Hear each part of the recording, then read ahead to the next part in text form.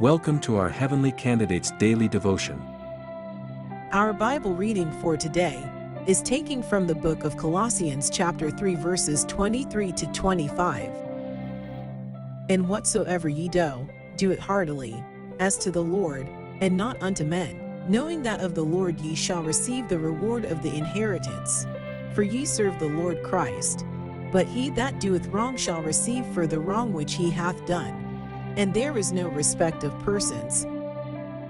Colossians chapter 3 verses 23 to 25 emphasizes the concept of reaping rewards for our actions, whether they are good or bad. It challenges us to consider who we are laboring for, how we approach our work, and the significance of being called to a specific task. It is crucial to comprehend these principles to ensure that our efforts are not in vain. In Matthew chapter 7 verses 21 to 23, Jesus explains that mere proclamation of faith is insufficient to enter the kingdom of heaven. Instead, it is essential to align ourselves with the will of God. Many will claim to have prophesied, cast out demons, and performed wonders in His name, but if their actions are rooted in iniquity, Jesus will declare, "I never knew you."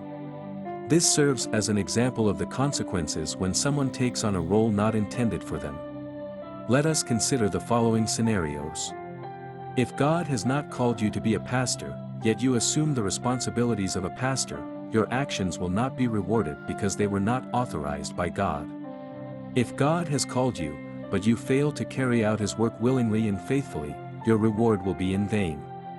If you are called and fulfill your duty, yet you refuse to rid yourself of the influence of evil, your reward will be in heaven. However, you will be unable to enter heaven because nothing defiled can enter its gates. The Apostle Paul further elaborates on the rewards of our work in 1 Corinthians chapter 3 verses 12 to 15. He compares our work to different materials, such as gold, silver, precious stones, wood, hay, and stubble. These materials represent the quality and nature of our actions. On the day of judgment, our work will be tested by fire, and its true nature will be revealed. If our work withstands the fire, we will receive a reward. However, if our work is consumed, we will suffer loss, though we ourselves will be saved. In 1 Corinthians chapter 9 verses 16 to 18, Apostle Paul acknowledges that preaching the gospel is not a cause for personal glory. When done willingly, preaching the gospel brings its own reward. However, if done against one's will, it becomes a duty entrusted to them. Apostle Paul's reward lies in preaching the gospel without charging, ensuring he does not abuse his authority. Philippians chapter 3 verses 16 to 19 encourages all believers to follow a similar rule and mindset, warning against those who walk contrary to the example set by Christ. It describes individuals whose end is destruction, as they prioritize earthly desires and seek personal glory rather than the cross of Christ. 2 Chronicles chapter 15 verse 7 provides encouragement, urging us to remain strong and steadfast in our work, assuring us that we will be rewarded. Additionally, Hebrews chapter 11 verse 6b affirms that God is a rewarder of those who diligently seek Him.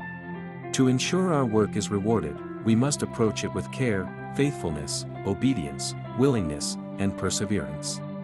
These qualities are vital in fulfilling God's purposes, as emphasized in the Scriptures. 1 Timothy chapter 5 verse 18 quotes a scriptural principle that both the ox that treads out the corn should not be muzzled and the laborer is worthy of their reward. This serves as a reminder that our labor deserves recognition and recompense. 1 Corinthians chapter 15 verse 58 encourages all believers to remain steadfast, immovable, and abundant in the work of the Lord. It assures us that our labor in the Lord is never in vain. God bless you for listening to our daily devotion today. Please join us to spread the good news of our Lord Jesus Christ by sharing, commenting, like the video, and subscribe.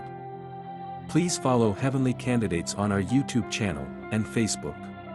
God bless you all, and we meet again tomorrow if Jesus tarries.